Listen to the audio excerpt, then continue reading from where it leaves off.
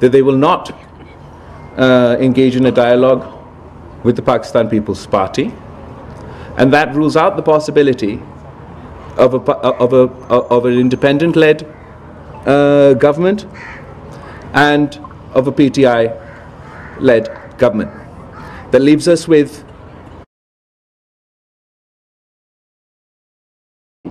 in the National Assembly who have reached out to the Pakistan People's Party and invited us to join their government. The Pakistan People's Party has decided that while we are unable or not in a position to join the federal government ourselves, nor would we be interested in taking ministries in such a setup, we also don't want to see political chaos in the country. We don't want to see perpetual crisis in the country. What are our options?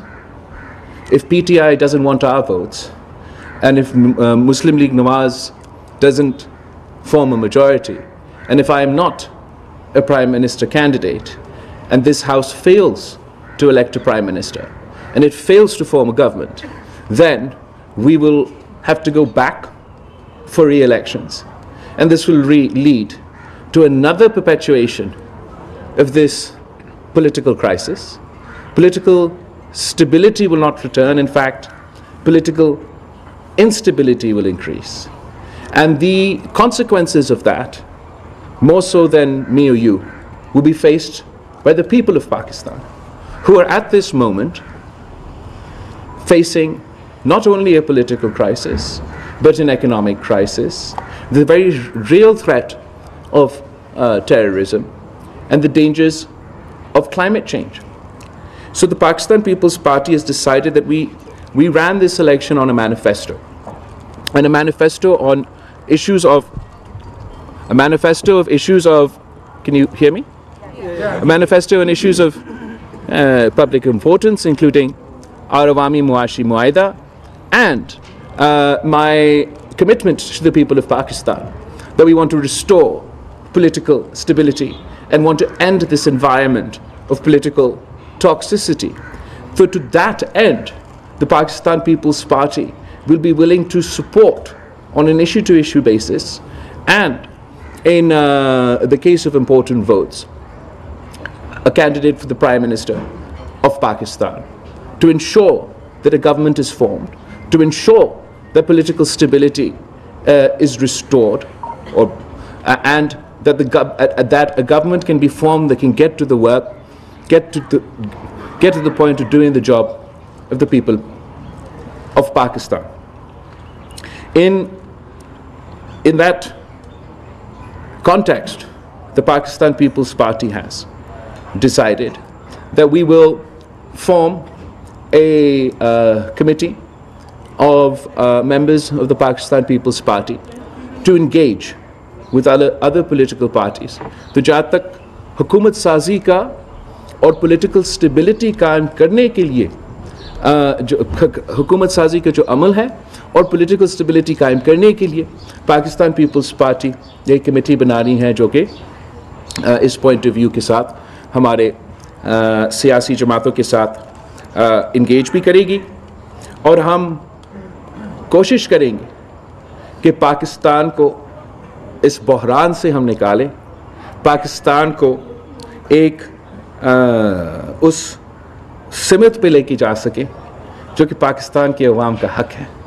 Pakistan के अवाम ने अब इस election में जैसे भी हुआ इस election में हिस्सा लिया, और अब पाकिस्तान के अवाम मज़ीद केओस नहीं चाहते, पाकिस्तान के अवाम मज़ीद पॉलिटिकल स्टेबिलिटी नहीं चाहते। वो अपने सियासतदानों की तरफ देख रहे हैं कि वो इस बहरान से हम पाकिस्तान के अवाम को निकालें।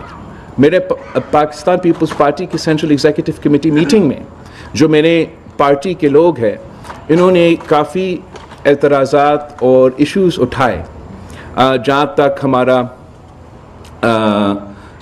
मुस्लिम लीग नून के दोस्तों के हवाले से कि 18 महीने के लिए हम इनके साथ हुकूमत में रहें, और वो जो मेरे पार्टी के ख़ास तौर पे पंजाब से ताल्लुक़ रखने वाले, पख्तूनख्वा दूसरे सूबे से, सारे सूबों से ताल्लुक़ रखने वाले जो मेरे पार्टी के लोगों ने शिकायत की है कि जिस तरीके से उनका काम नहीं हुए, उनके मसाइल हल नहीं हुए, ये कॉन्फिडेंस बिल्डिंग ज़रूरी है कि हमारा जो कमेटी बनने जा रहा है मुस्लिम लीग नून से, दूसरी सियासी जमातों से बात करने के लिए, कि उस कॉन्वर्सेशन में जहाँ हम हुकूमत साजी की भी बात करें, कि हम इंश्योर करें कि हम अपने जो पाकिस्तान पीपल्स पार्टी के एतराज़ात हैं वो दूर किया जाए। जहाँ तक इस इलेक्शन के सवाल है, as far as these elections are concerned, unfortunately माजी की तरह और हर इलेक्शन में जैसे हमने देखा 2018 फिर 2013 एक्सेट्रा, इस इलेक्शन में भी शिकायत एतराज़ात उठाए गए, और मेरा पार्टी पाकिस्तान पीपल्स पार्टी के जो सेंट्रल एग्जीक्यूटिव कमेटी में जो लोग मौजूद है, इन्होंने अपने तरफ से भी एतराज़ात हमसे शेयर किए। जहाँ तक लेवल प्लेइंग फील्ड की बात है, जहाँ तक धांधली के इल्ज़ामात हैं, जहाँ तक इरेगुलरिटीज़ का सवाल है, तो उस पे एक तो ये फैसला किया कि पाकिस्तान पीपल्स पार्टी के CEC will collect all such complaints as far as this election was concerned, और हमारा इन इख्तलाफात के बावजूद, इन एतराज़ात के बावजूद, इस एहतजाजन इन इलेक्शंस की जो रिज़ल्ट्स हैं उनको कबूल करेंगे in the larger interest of the country, in the larger interest of political stability. मगर साथ साथ हम ज़रूर ये चाहेंगे कि हम सब मिल बैठ के, तमाम सियासी जमातों मिल बैठ के इन कमियों को हम इस दफ़ा पूरा करें, ताकि आने वाले जब भी इलेक्शंस हो उन इलेक्शंस में कोई उंगली ना उठा सके। दूसरे जो हमारे एतराज़ात हैं, जो फोरम्स मौजूद हैं, जहाँ तक इलेक्शन कमीशन है या पार्लियामेंट है एक्सेट्रा, हम वो फोरम ज़रूर इस्तेमाल करेंगे इन इश्यूज़ को एड्रेस करने के लिए। साथ साथ इलेक्शन कैंपेन के दौरान पाकिस्तान पीपल्स पार्टी के सेंट्रल एग्जीक्यूटिव कमेटी ने सदर जरदारी साहब से ये लेवल प्लेइंग फील्ड के हवाले से शिकायतें उठाई थे, और सदर जरदारी साहब ने सेंट्रल एग्जीक्यूटिव कमेटी मीटिंग को यकीन दहानी दिलाई थी कि हमारा जो ये शिकायतें हैं ये एड्रेस होंगे, और पाकिस्तान पीपल्स पार्टी के पास ये शिकायत इंशाअल्लाह ताला नहीं होगा कि कोई लेवल प्लेइंग फील्ड का मसला रहा है। मगर अफसोस के साथ कहना पड़ रहा है कि उसके बावजूद पाकिस्तान पीपल्स पार्टी की बहुत शिकायतें हैं, एतराज़ात हैं, जो हम जमा करके एड्रेस करवाना चाहेंगे। मैंने CEC central executive committee meeting में ये भी वालिद साहब से सेंट्रल एग्जीक्यूटिव कमेटी की तरफ से कहलवाया कि अब आप इस चीज़ का फ़ैसला करवा दें कि जो आपने कहा कि लेवल प्लेइंग फील्ड मिलेगा, हम आपको सबूत देंगे, हम आपको इन्फॉर्मेशन देंगे, हम आपको प्रूफ्स देंगे, और वालिद साहब पे हम सब भरोसा भी करते हैं कि ये जो नाइंसाफ़ी हुआ है इसको ज़रूर हमें एड्रेस करने का वो ना सिर्फ मौका मिलेगा, मगर उम्मीद ये है कि इंगेजमेंट और इस प्रोसेस के हिस्सा बनने के नतीजे में हम इन इश्यूज़ को एड्रेस कर सकेंगे। ये नहीं हो सकता कि हर इलेक्शन में वही एतराज़ात हम उठाते रहें, दूसरे भी उठाते रहें, कौन सा सच्चा है कौन सा नहीं है वो सामने आता ही नहीं है, और उसका इलाज ना निकल जाए। तो हम चाहेंगे in the larger contrast of political stability in Pakistan that this issue is also addressed.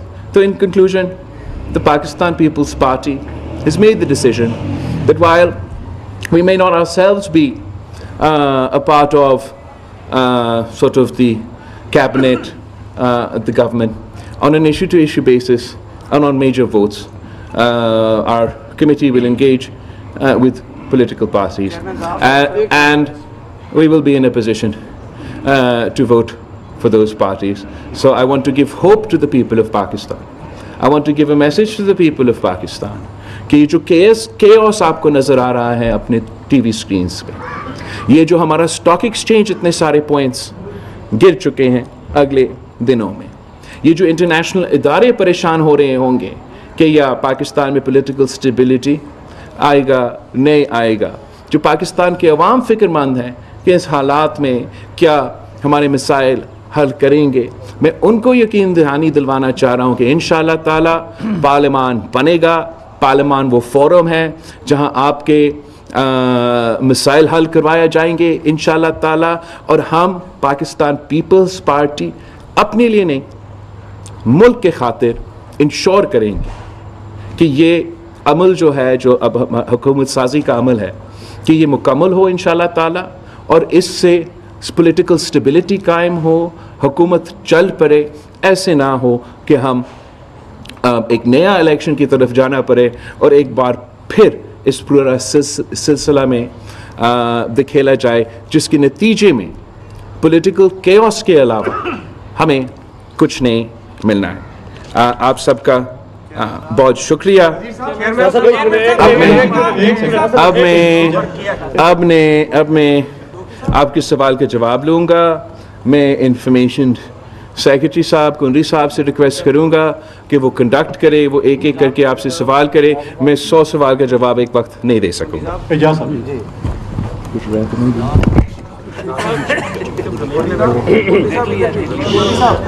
Bilawal, आपसे एक सवाल है, उसके 2 पार्ट हैं। एक तो ये है कि पाकिस्तान पीपल्स पार्टी समेत हर हिस्सा लेने वाली जो जमात है वो इन इलेक्शन पर रेजोल्यूशन रखती है और धांधली के इल्जाम ऐड कर रही हैं, तो क्या ये बेहतर नहीं है कि री इलेक्शन की तरफ जाने की सूरत हाल को, ताकि क्लियर मैंडेट मिल सके? नंबर 1। नंबर 2, आपने फरमाया कि हम बताते नहीं रहेंगे, तो क्या बिलावल भुट्टो ज़रदारी अगली कौमी असम्बली में अपोजिशन लीडर होंगे या हुकूमती बेंचों का हिस्सा होंगे? जहाँ तक आपने री इलेक्शन की बात किया है, आप मुझे बताएं कि एक तो कैसे आपको पता कि क्लियर मैंडेट मिलेगा? अभी हमने इतना बड़ा प्रोसेस किया, सबका ख्याल था कि क्लियर मैंडेट आएगा और क्लियर मैंडेट नहीं आया। ना इंडिपेंडेंट पीटीआई वाला उस पोजीशन में है कि वो अपने तौर पे हुकूमत बनाए, ना मुस्लिम लीग नवाज उस पोजीशन में है कि वो अपने तौर पे हुकूमत बनाए, ना मैं उस पोजीशन में हूँ कि मैं हुकूमत बनाऊँ। अब अगर हम इलेक्शन की तरफ जाएंगे, हमारा खून पसीना के मेहनत इस इलेक्शंस में होते हैं, हमारे लोग शहीद होते हैं, उन पे कातलाना हमला होते हैं। ऐसे नहीं है कि आप कहें कि आप इलेक्शन बस आसानी से करें। और अगर हम इस इलेक्शन की तरफ जाएंगे तो इसी किस्म के केओस मुझे नज़र आ रहा है, पॉलिटिकल स्टेबिलिटी नज़र नहीं आ रहा है, और उसके नतीजे में जो इलेक्शन रिजल्ट्स होंगे मुझे ये भी नज़र नहीं आ रहा है कि कोई सियासी जमात उनको कबूल करेंगे।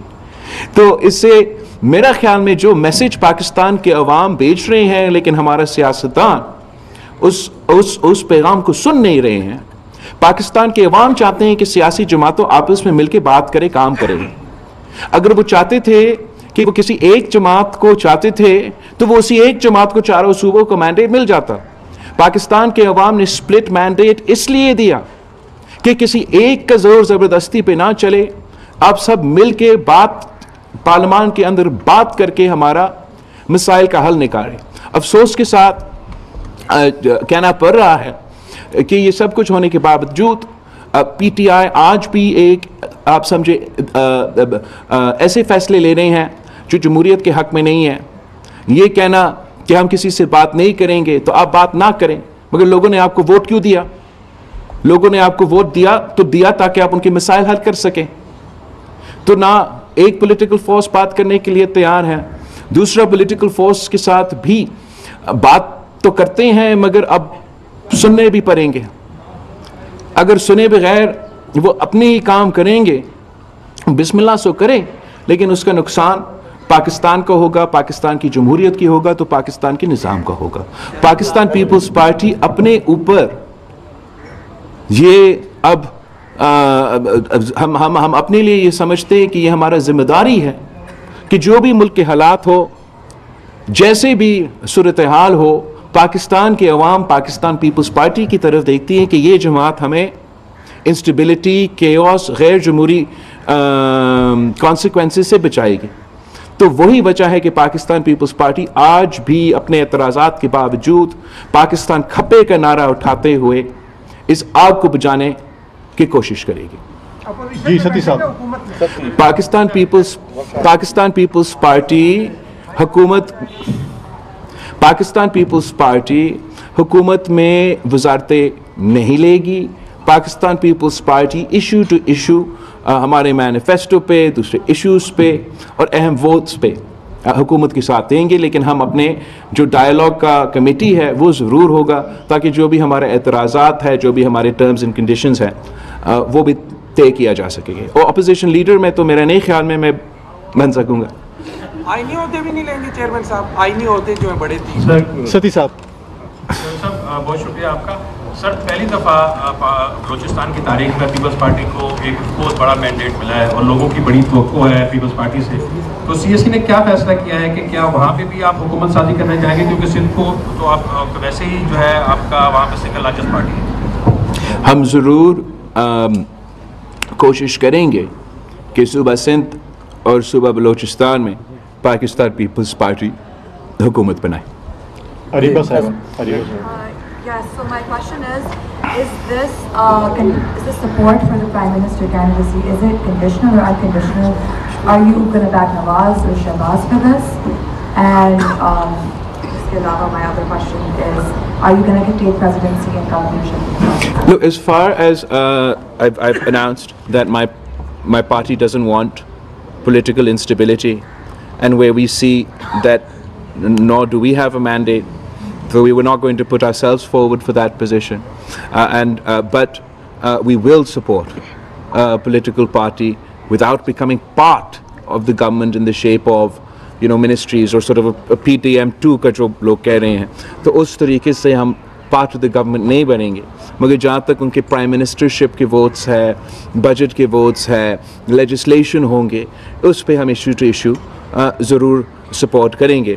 जहाँ तक कॉन्स्टिट्यूशनल ओहदे हैं उस पे हम ज़रूर पाकिस्तान पीपल्स पार्टी, जो आपने सवाल किया, शायद आपने भी सवाल किया, पाकिस्तान पीपल्स पार्टी हमारे हक है हम इन इलेक्शंस में लड़े। जब शहीद मोहतरमा बेनज़ीर भुट्टो के पास 17 सीट्स थी नेशनल असम्बली में, तब भी हमने स्पीकर के लिए, चेयरमैन सेनेट के लिए, प्रेसिडेंसी के लिए अपने उम्मीदवार खड़े किए थे। तो इस बार ज़रूर पाकिस्तान पीपल्स पार्टी प्रेसिडेंसी के लिए, चेयरमैन सेनेट के लिए, स्पीकरशिप के लिए अपने उम्मीदवार खड़े करेगी।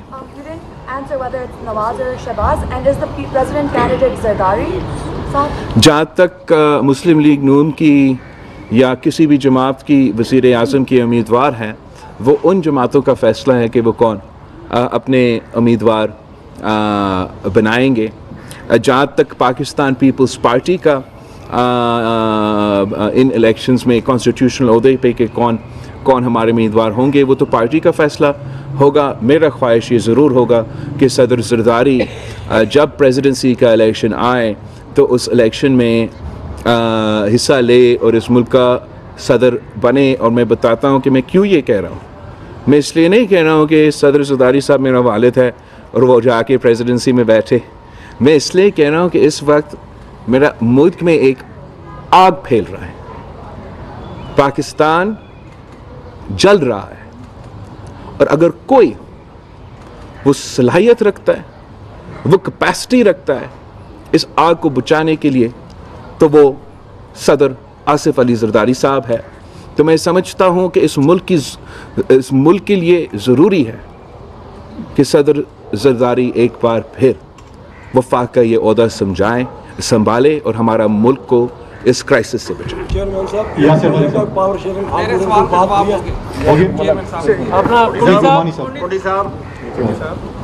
जी गुरमान साहब। बिलावल साहब, इस वक्त अगर आप देखें तो पाकिस्तान की तारीख आपके सामने है कि किसी वज़ीर आज़म ने अपनी उम्मीदें जो है वो पूरी नहीं की। मौजूदा इंतखाबात में तो 2018 की तरह कई सवालात भी उठ रहे हैं। आप तो बड़े दिल का मुजाहरा करते हुए वज़ीर आज़म को वोट तो देने जा रहे हैं, लेकिन आपका तजर्बा और तजिया क्या कहता है कि अगर वज़ीर आज़म नवाज शरीफ और शहबाज शरीफ साहब बन जाते हैं तो कितने अरसे के लिए आप देख रहे हैं कि वो वज़ारत हुक्मा की कुर्सी पर टिक सकेंगे? तो मेरा तो हमेशा और पाकिस्तान पीपल्स पार्टी का तो ज़रूर ये मौक़िफ़ होगा, हम चाहेंगे कि पाकिस्तान के पार्लियामेंट पाकिस्तान अपने टर्म्स कंप्लीट करे और उसमें ये भी आता है कि अपना वज़ीर आज़म भी अपना टर्म मुकम्मल करे। जहाँ तक जो आपने the crux of the question you asked is this कि अगर जो भी मुस्लिम लीग का वज़ीर आज़म का उम्मीदवार है एसेट्रा, अगर वो पुराना ही सियासत करेगा ना, अगर हमने ऐसे ही नफ़रत और तक़सीम की सियासत करना है तो मेरे ख़्याल में बहुत मुश्किल होगा कि कुर्सी की बात नहीं है ये कि हमारा वफाक, हमारा जमहूरियत, हमारा निज़ाम बचे।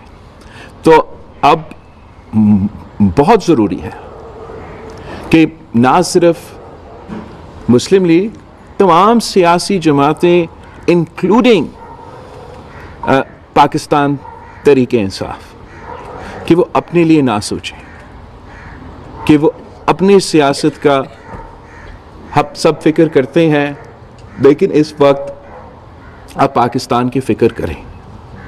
ये जो माहौल बन रहा है, इस माहौल का फ़ायदा इस मुल्क के दुश्मन उठाने चाहेंगे, इस मुल्क के मुखालिफ उठाने चाहेंगे। हमें ये ज़िम्मेदारी अपनाना चाहिए कि हम सियासत करें, सियासत के दायरे में रह के सियासत करें। हम इंतहा पसंदी की सियासत छोड़े। अब सियासत नहीं, इंतहा पसंदी का सियासत किया जा रहा है, ज़ाती इंतकाम का सियासत।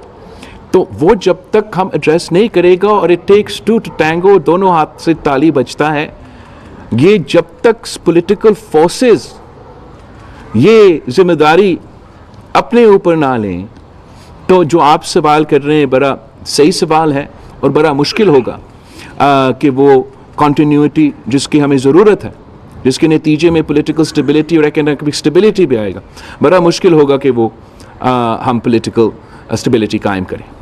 मलिक सही साहब। बिलावल साहब, ये बताइएगा कि आपने मुतअद्दिद बार अपनी कैंपेन के दौरान कहा कि अगर मुस्लिम लीग नून पे ये मुल्क छोड़ा गया तो वो अवाम का वोट देगी। अब आप जो है वो मुस्लिम लीग नून को सपोर्ट करने जा रहे हैं, तो क्या आप समझते हैं कि मुस्लिम लीग नून की हुकूमत जो है वो अवाम के मसाइल हल कर पाएगी? अगर नहीं कर पाती तो, अगर अवाम के मसाइल हल नहीं कर पाती तो फिर पीपल्स पार्टी क्या करेगी? I find this a very funny question because लोग क्या एक्सपेक्ट कर रहे हैं मुझे कि मैं इलेक्शन लड़ूं और इलेक्शन के दौरान अपने मुखालिफ का तारीफ ही करूं, तनकीद ना करूं। मैं तालियां उनको बुझा दूं और उम्मीद रखे कि मुझे वोट पड़ेगा। मैंने ज़रूर जो उनका कुठाया है उनको भी मेरे ख़्याल में मानना चाहिए कि जो गलतियां हुए हैं, लेकिन वो अल्टीमेटली उनके अपने फ़ैसले हैं। जो उनके ऊपर क्रिटिसिज्म बनता है, ये जमहूरियत का असूल है। ख़ास तौर पे इलेक्शन के दौरान तो हमारा ज़िम्मेदारी है, ये हमारा काम है कि उनके जो कोताहियाँ हैं, उनमें उन्होंने जो गलतियाँ किया हैं, उनमें उनके पॉलिसीज़ पे जो हमारा एतराज़ात है उस पर हम जोर दें, उस पर हम हाईलाइट करें। अब जहाँ तक आपकी दूसरी सवाल है, अगर पाकिस्तान के अवाम मुझे मैंडेट देते तो फिर बिल्कुल अब मैं कहता कि नहीं, आप मुझे वज़ीर आज़म बनाएं। अब मुझे वो मैंडेट नहीं दिया गया। जहाँ तक मुस्लिम लीग का पॉलिसीज़ के सवाल है, ज़रूर हमारा मुख्तलिफ पॉलिसीज़ पे इख्तिलाफ़ राय होगा, मगर पार्लियामान की खूबसूरती ये है, जमहूरियत की खूबसूरती ये है कि आप अपना राय रखते हो, मैं अपना राय रखता हूँ। आप समझते हैं कि आपका सबसे बेस्ट राय है, सोल्यूशन है किसी एक मसला का। मैं समझता हूँ कि मेरा राय, मेरा मौक़िफ़ सबसे बेस्ट सोल्यूशन है किसी मसला का। हो सकता है कि आपका राय सही हो सकता है कि मेरा राय सही हो। उससे भी ज़्यादा मुमकिन ये है कि शायद मेरा राय और आपके राय के दरमियान में जो राय है वो सबसे बेस्ट हल हो उस मसला का। तो पार्लियामान का, जमहूरियत का ये एक तरीका है कि हम पार्लियामान में और पार्लियामानी जमहूरियत में हिस्सा लेते हैं। तो अगर कंसेंसस की बुनियाद पे हम फैसले करते हैं तो मेरा उम्मीद है कि हम पाकिस्तान के अवाम के मसाइल को एड्रेस कर सकेंगे। अगर हम पाकिस्तान के अवाम के जो बुनियादी मसले हैं उनकी तरफ तवज्जो नहीं देते तो उसका नुकसान ना सिर्फ एक सियासी जमात का होगा, उसका नुकसान इस मुल्क का होगा।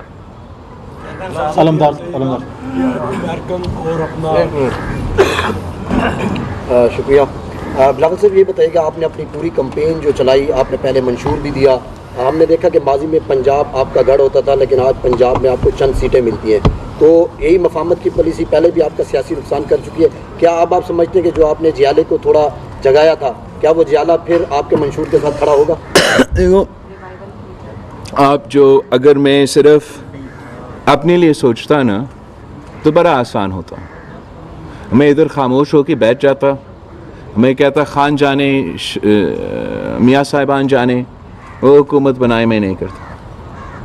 लेकिन आप मुझे बताएं कि हालात क्या है इस मुल्क में, बलूचिस्तान की सूरत हाल क्या है, कराची की सूरत हाल क्या है, सूबा पंजाब, सूबा पख्तूनख्वा की सूरत हाल क्या है। बिल्कुल मेरा फ़ायदा है। मैं इस पॉलिटिकल सिचुएशन में अगर पाकिस्तान पीपल्स पार्टी ब्लैकमेल करना चाहती थी तो हम पीटीआई को भी और नून लीग को कहते कि आप हमें बना दे, वरना ये नहीं होता। मगर क्या वो पॉलिटिकल स्टेबिलिटी कायम करेगा? क्या वो पाकिस्तान के इश्यूज जो महंगाई, गुर्बत और बेरोज़गारी से उसका कोई हल निकलेगा? ये मुफाहमत नहीं है, ये पाकिस्तान की मोहब्बत है, ये पाकिस्तान की अवाम के हम सोच रहे हैं। ज़रूर मेरा इसमें सियासी नुकसान होगा, मगर आपने हर मौक़िफ़ पे ये सोचना है कि क्या सिर्फ़ और सिर्फ मेरा सियासत अहमियत रखता है, मेरे अपने आप को हर कीमत पे किसी कुर्सी पे बिठाने इस मसाइल का हल है, या इस निज़ाम को जिसके लिए हमने शहादतें दी, जिसके लिए मेरे कारकुनों ने, मेरे ख़ानदान ने, मेरा पार्टी ने शहादतें दी, इस निज़ाम को हम चलाएं। जहाँ तक पाकिस्तान पीपल्स पार्टी का स्पेस है पंजाब में, जिस तरीके से पाकिस्तान पीपल्स पार्टी को एक साजिश के तहत, और इस साजिश जो है वो इस 2024 के इलेक्शन में मौजूद था, वो एक अमल जारी है। मगर मैंने आपको कहा था ना, मैंने वालिद साहब से कहा इस चीज़ का फ़ैसला मुझे दें कि पाकिस्तान पीपल्स पार्टी के साथ जो इस इलेक्शन में करवाया गया उसका फ़ैसला होना पड़ेगा। मैं ये नहीं उम्मीद रख सकता अपने पार्टी के साथ कि हम हर बार उनको कहें कि हम जमहूरियत के खातिर, हर चीज़ के खातिर, और बार बार हमारे साथ इस किस्म का सलूक किया जाए। और आखिर में जो तमाम सियासी जमातें से एक्सपेक्ट करता हूँ कि इस इलेक्शन में अब किसी कोई रहा नहीं ना जो 30 साल से सिर्फ पाकिस्तान पीपल्स पार्टी की शिकायत थी, जो शहीद मोहतरमा बेनज़ीर भुट्टो ने लेवल प्लेइंग फील्ड के लिए, आज आपको पता है कि आपको कैसे और क्यों फॉर्म 45 पोलिंग स्टेशन से मिलते हैं।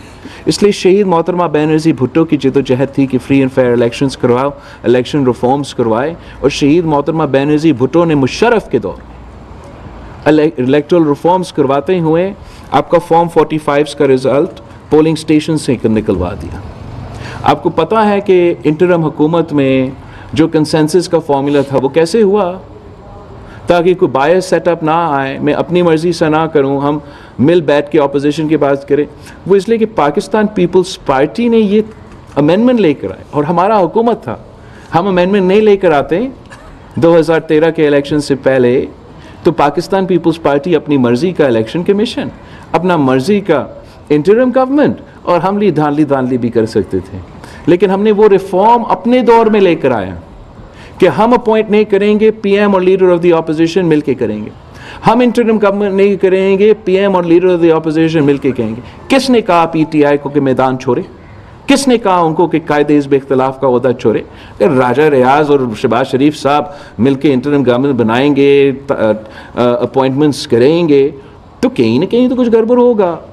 अब आप चाहते हो पाकिस्तान पीपल्स पार्टी से कि मैं इंतहा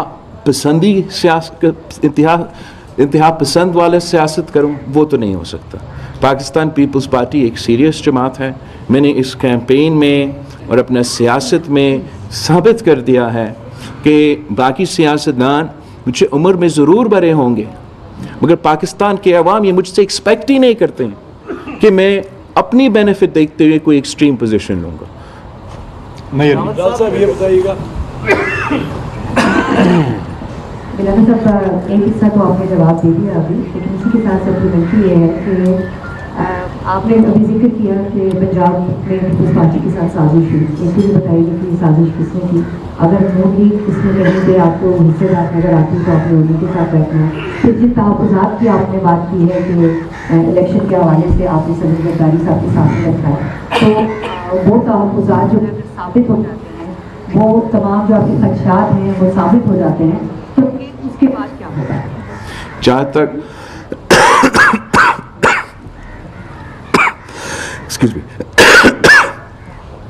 जहाँ तक पाकिस्तान पीपल्स पार्टी के ख़िलाफ़ जो इश्यूज़ उठाए गए हमने इलेक्शन के दौरान मीडिया के सामने रखा, हमने इलेक्शन कमीशन को लिखते रहे जो भी हमारा एतराज़ात है। वालिद साहब से इसलिए मैं फ़ैसला चाहता हूँ कि वालिद साहब ने CEC को ये यकीन दिलाई इलेक्शन के दौरान कि पाकिस्तान पीपल्स पार्टी को लेवल प्लेइंग फील्ड मिलेगा और मेरे लोगों का एतराज़ात है उस पर, तो वो ज़रूर उठाया जाएगा। जहाँ तक अगर उन एतराज़ात की वो उनको हम एड्रेस कैसे करेंगे, एड्रेस तो इस तरीके से कर सकते हैं कि आखिरकार पाकिस्तान के तमाम सियासी जमातें आएँ और इस किस्म का कानून साजी करें, इस किस्म का इलेक्टोरल रिफॉर्म्स पास करें जिससे आगे जाके कोई इलेक्शन में ना मैं उंगली उठा सके ना कोई और उंगली उठा सके। यही वाहिद तरीका है कि हम इस इशू को एड्रेस करें। लेनी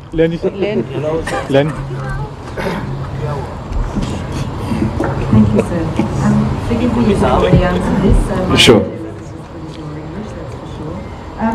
PTI, we just had a press conference around corner. They've merged with the MWF, which gives them access to a proportion of the reserved seats, and have demanded a recount in 65 contentious seats. And they say that this will give them an overall majority and enable them to form government, given the probability that many of the independent seats will go with PTI. What's your assessment of this calculation? How realistic is it? I think it's extremely unrealistic, and I think that unfortunately the PTI has made it a habit. I'm sure you've heard the expression of the man who cried wolf. Now, the PTI has cried wolf in every single election, despite the fact that it is a historical reality and a historical fact that in a majority of these elections where they've cried wolf, the ringing has been done in their favor, not against them. We all remember 35 punctures and how after destabilizing this country, doing dharnas, protests, long march, damaging our fragile democracy, PTI said that, oh, that was a political statement. I don't doubt that they will, that they aren't concerns. I also have my concerns, as I've expressed in this press conference. But there are forums for those concerns to be addressed. And if at those forums those concerns are addressed, even if the seats change up or down a little bit, I don't think any political party will be in a position to form government alone. The PTI themselves have said that they're not willing to talk to any political party. So from this statement, it is obvious that they are not interested in forming a government, in creating an environment of political stability. They would like to continue an extreme populist politics where they want to play the role of spoiler. They want to delegitimize as many democratic processes as possible, and they believe it's to their political benefit to spread chaos in this country. You will be aware that the challenge of this sort of populism is not unique to Pakistan.